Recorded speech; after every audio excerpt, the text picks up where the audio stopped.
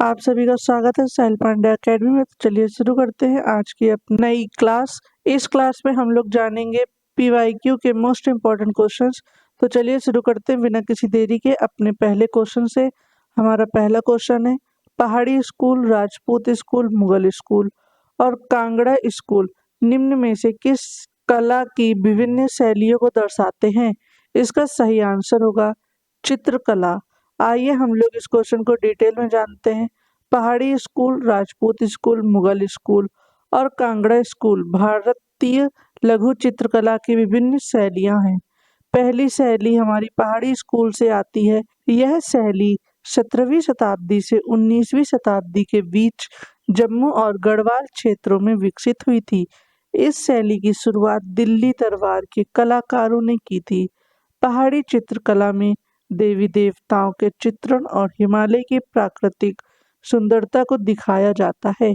उसके बाद हमारा आता है कांगड़ा स्कूल। कांगड़ा शैली पहाड़ी चित्रकला शैली का एक स्कूल है। कांगड़ा शैली की खासियत है कि इसमें नाजुक और गीतात्मक शैली का इस्तेमाल किया जाता है। कांगड़ा शैली की शिखर पर राधा और कृष्ण की तस्वीरें हैं। उसके बाद हमारी मुगल स्कूल शैली आती है। इसमें पहाड़ी, राजस्थानी और कांगड़ा चित्रकलाएं मुगल चित्रकला शैली से प्रभावित थीं। उसके बाद आता है हमारा राजपूत स्कूल शैली। पहाड़ी चित्रकला को राजपूत राजाओं का भी संरक्षण प्राप्त हुआ था। हमारा अगला क्वेश्चन है, निम्नलिखित में से कौन सुमेलित नहीं है? इसका सही आंसर होगा पिक्थल चित्रकारी गुजरात। हमारा अगला क्वेश्चन है, गुजराती चित्रकला शैली में किस प्रकार के चित्रों की प्रधानता रहती है? इसका सही आंसर होगा देवी देवताओं के चित्रों की। आइए हम लोग इस क्वेश्चन को डिटेल में जानते हैं। गुजरात शैली की चित्रकला में देवी देवताओं के चित्रों की प्रधानता रहती है। गुजरात शैली की चित्रकला में काली, लक्ष्मी, कृष्ण, गणेश, शिव जैसे देवी देवताओं के चित्र बनाए जाते हैं। इन रेखा चित्रों में स्पष्ट पृष्ठभूमि होती है।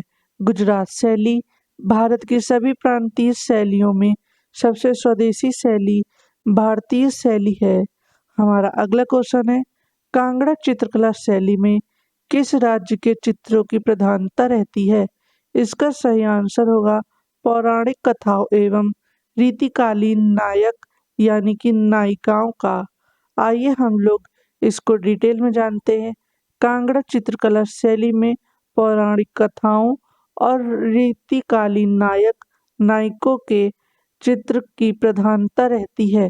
कांगड़ा चित्रकला की प्रमुख विशेषताएं के बारे में जानते हैं। कांगड़ा चित्रकला मध्यकालीन भारत में विकसित पहाड़ी शैली का एक हिस्सा है। कांगड़ा चित्रकला में स्त्रियों की आकृतियां सबसे ज्यादा प्रभावशाली होती हैं। कांगड़ा चित्रकला में प्राकृतिक, विशेषकर पर्वतीय चित्रों का भी चित्रण किया जाता है। कांगड़ा चित्रकला में ठंडे नीले और हरे रंगों सहित कोमल रंग का प्रयोग किया जाता है। कांगड़ा चित्रकला में विषयों का काव्यात्मक निरूपण किया जाता है। कांगड़ा चित्रकला में नारी सौंदर्य के प्रति अत्यधिक झुकाव होता है। कांगड़ा चित्र शैली में नायिकाओं के तीनों रूप तथा स्वाकिया, परकिया तथा सामान्य नायिका को जगह दी गई है। हमारा अगला क्वेश्चन है, कांगड़ा चित्र शैली का संबंध किस राज्य से है? इसका सही उत्तर होगा हिमाचल प्रदेश। आइए हम लोग इस क्वेश्चन को डिटेल में जानते हैं। कांगड़ा चित्र शैली का संबंध हिमाचल प्रदेश के कांगड़ा जिले से है। कांगड़ा चित्रकला पहाड़ी चित्रकला शैली से संबंधित है। यह चित्रकला हिमाचल प्रदेश के उप हिमालयी क्षेत्रों में बनाई जाती है। कांगड़ा चित्रकला की शुरुआत गुलेर में हुई थी। कांगड़ा चित्रकला को महाराजा संसार चंद के संरक्षण में सबसे ज्यादा बढ़ावा मिला है। कांगड़ा चित्रकला में समकालीन जीवन और समाज को दिखाया गया है। कांगड़ा चित्रकला में कामुक भावनाओं को प्रमुखता से दिखाया गया है। कांगड़ा चित्रकला के कुछ लोकप्रिय विषय हैं गीत गोविंद, भागवत पुराण, बिहारी लाल की सतसई और नल दमयंती। कांगड़ा चित्रकला के चित्रों में संवेदनशीलता और बुद्धिमत्ता की विशेषता होती है। कांगड़ा चित्रकला के चित्रों में कृष्ण की रासलीला के दृश्य बहुत प्रमुख होते हैं। कांगड़ा चित्रकला के चित्रों में रंगमाला, कृष्ण लीला और नायक नायिका जैसे विषय भी होते हैं। कांगड़ा चित्रकला का एक प्रसिद्ध समूह 12 मंथ्स भी है। हमारा अगला क्वेश्चन है, सुप्रसिद्ध चित्र बनी ठनी किस शैली पर आधारित है? इसका सही आंसर होगा किशनगढ़ शैली। आइए हम लोग इस क्वेश्चन को डिटेल में जानते हैं। प्रसिद्ध चित्र बनी ठनी किशनगढ़ शैली पर आधारित है। यह चित्र निहाल चंद ने बनाया था। यह चित्र राजा सावंत सिंह के समय में किशनगढ़ की एक गायिका और कवियत्री बनी ठनी को दर्शाता है। बनी ठनी को भारत की मोनालिसा भी कहा जाता है। आइए हम लोग किशनगढ़ शैलियों के बारे में कुछ बातें जानते हैं। किशनगढ़ शैली अपनी लंबी शैली के लिए जानी जाती है। किशनगढ़ शैली मुगल चित्रकला के साइड प्रोफाइल प्रोटेस्ट से प्रभावित होती है। हमारा अगला क्वेश्चन है, मुगल काल में मंसूर किससे संबंधित था? इसका सही आंसर होगा चित्रकार। आइए हम लोग इस क्वेश्चन को डिटेल में जानते हैं। हाँ, मुगल काल में मंसूर एक महान चित्रकार थे। मुगल सम्राट जहांगीर के शासनकाल में मंसूर एक प्रसिद्ध चित्रकार थे। वे पौधों और जानवरों के चित्रण में उत्कृष्ट थे। वे साइबेरियन क्रेन को चित्रित करने वाले पहले व्यक्ति थे। वे डोडो को रंग में चित्रित करने वाले पहले कलाकार थे। उन्हें नादिर अल असर यानी युग का आश्चर्य की उपाधि से सम्मानित किया गया था। वे प्राकृतिक इतिहास के चित्रकार थे। वे अपने संरक्षक को सीधे आदेश के तहत प्राकृतिक जीवन के कई अध्ययन करते थे। वे सम्राट के साथ उनकी कई यात्राओं पर जाते थे और अपने विषयों को प्रत्यक्ष रूप से देखते और रिकॉर्ड करते थे, यानी कि चित्रित करते थे।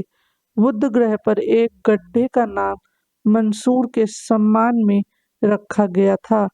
हमारा अगला क्वेश्चन है, पालधर रघु का संबंध किस वाद्य यंत्र से है? इसका सही आंसर होगा तबला। पालघाट आर रघु एक कर्नाटक संगीतकार और तबला वादक थे। हमारा अगला क्वेश्चन है, अल्लाह राखा किस वाद्य यंत्र से संबंधित थे? अल्लाह राखा तबला वादक थे। आइए हम लोग इस क्वेश्चन को डिटेल में जानते हैं।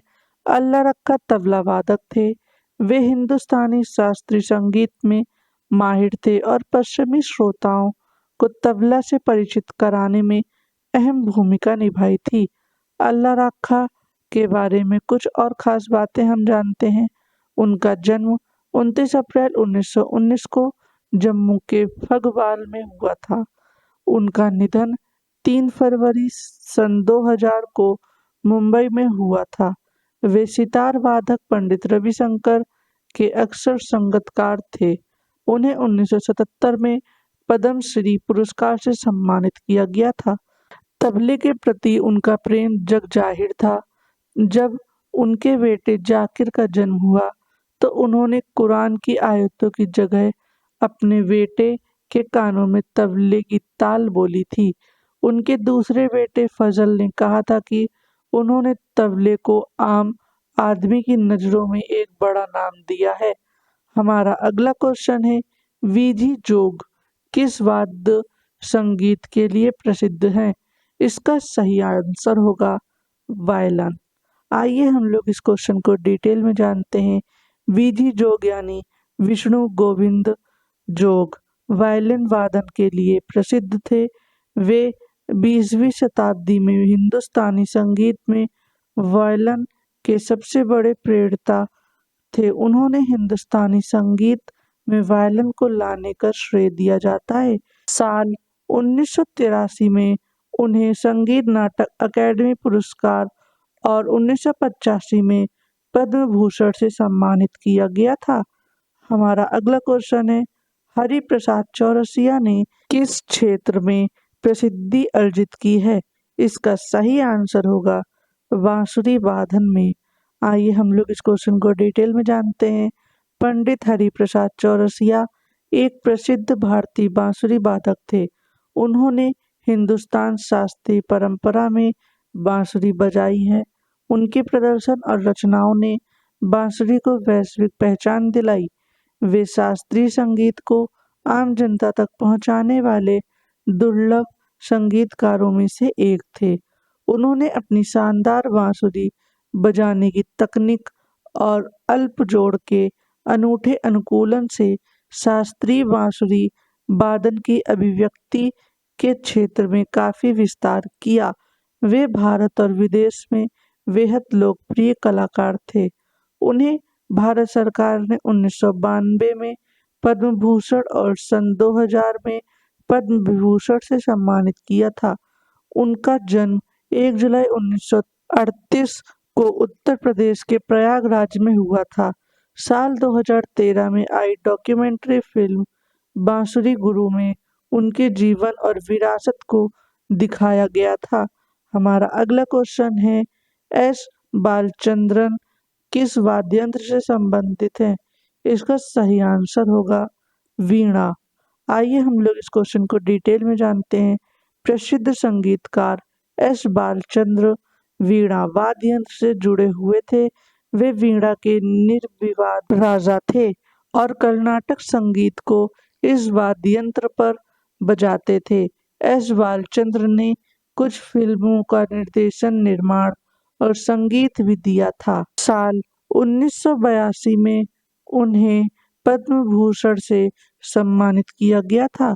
भारतीय संगीत में सुर ध्वनियों के लिए वीणा सबसे प्राचीन वाद्य यंत्र है। हमारा अगला क्वेश्चन है, नीरू स्वामी पिल्लई किससे संबंधित है?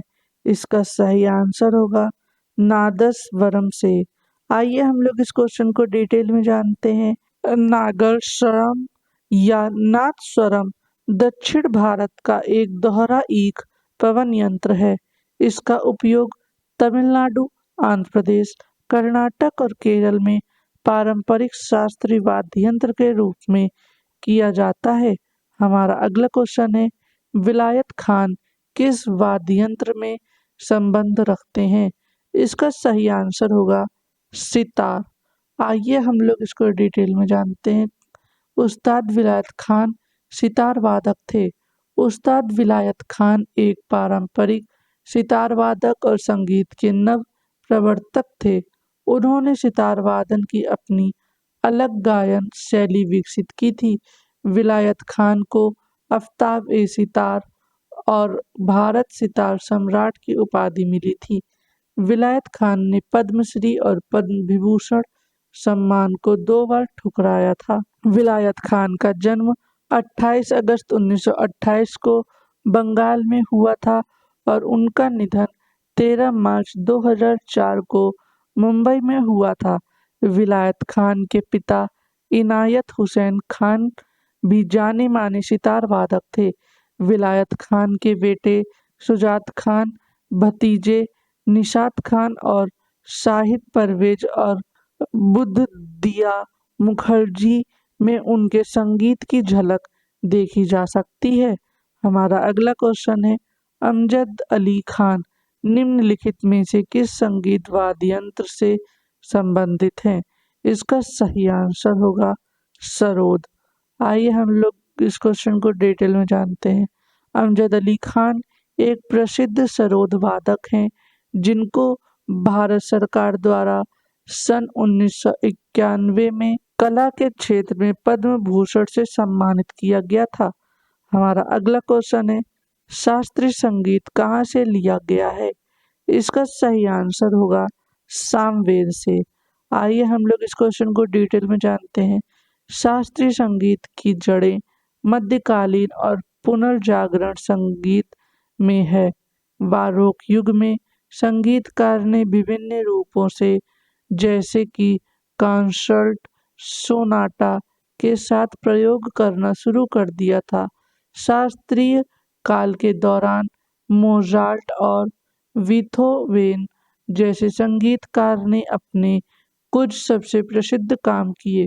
भारतीय शास्त्रीय संगीत की उत्पत्ति से जुड़ी कुछ खास बातें जानते हैं।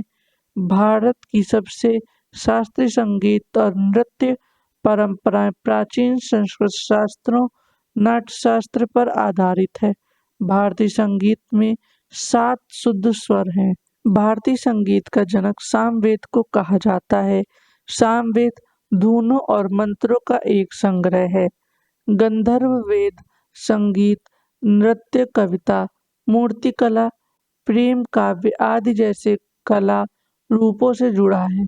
हिंदुस्तानी संगीत मुगल बादशाहों की छत्रछाया में विकसित हुआ और कर्नाटक संगीत दक्षिण के मंदिरों में कर्नाटक संगीत शैली में रागों का गायन अधिक तेज और हिंदुस्तानी शैली की तुलना में कम समय का होता है। हमारा अगला क्वेश्चन है, त्यागराज का नाम किससे संबंधित है? इसका सही आंसर होगा कर्नाटक संगीत से। आइए हम लोग इसको क्वेश्चन को डिटेल में जानते हैं।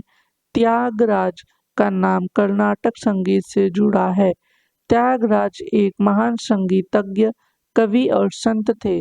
वे कर्नाटक संगीत के सबसे महत्वपूर्ण संगीतकारों में से एक थे। त्यागराज को कर्नाटक संगीत की त्रिमूर्ति माना जाता है। उनके साथ मुथुस्वामी दीक्षित और श्यामा शास्त्री को भी इस त्रिमूर्ति में शामिल किया जाता है। त्यागराज ने हजारों भक्ति गीत लिखे थे। इनमें से ज्यादातर गीत भगवान राम की स्तुति में थे। त्यागराज की रचनाओं को कर्नाटक शास्त्रीय संगीत के बेहतरीन उदाहरणों में से एक माना जाता है। त्यागराज की रचनाओं में से 5 रचनाओं को पंचरत्न कृतियां कहा जाता है। इन रचनाओं को अक्सर धार्मिक आयोजनों में गाया जाता है। त्यागराज ने उत्सव, संप्रदाय कृतियां और दिव्य नाम संकीर्तन जैसी रचनाएं भी की हैं। त्यागराज का जन्म 4 मई 1967 को तमिलनाडु के तंजावुर जिले के तिरुवरूर गांव में हुआ था। उनका निधन 8 जनवरी 1847 में हुआ था। हमारा अगला क्वेश्चन है, कर्नाटक संगीत का पितामह किसे कहा जाता है? इसका सही आंसर होगा पुरंदर दास को। आइए हम लोग इस क्वेश्चन को डिटेल में जानते हैं। कर्नाटक संगीत के पितामह पुरंदर दास को कहा जाता है। पुरंदर दास 1484 से 1564 ईस्वी में कर्नाटक के एक प्रसिद्ध हरिदास संत कवि थे। उन्होंने कर्नाटक संगीत की शिक्षा के लिए इस्तेमाल होने वाली प्रणाली तैयार की। उन्होंने पुरंदर विट्ठल के उपनाम से कई कीर्तन लिखे। उन्हें ऋषि नारद का अवतार माना जाता है। उनकी प्रसिद्ध रचना में दास साहित्य शामिल है।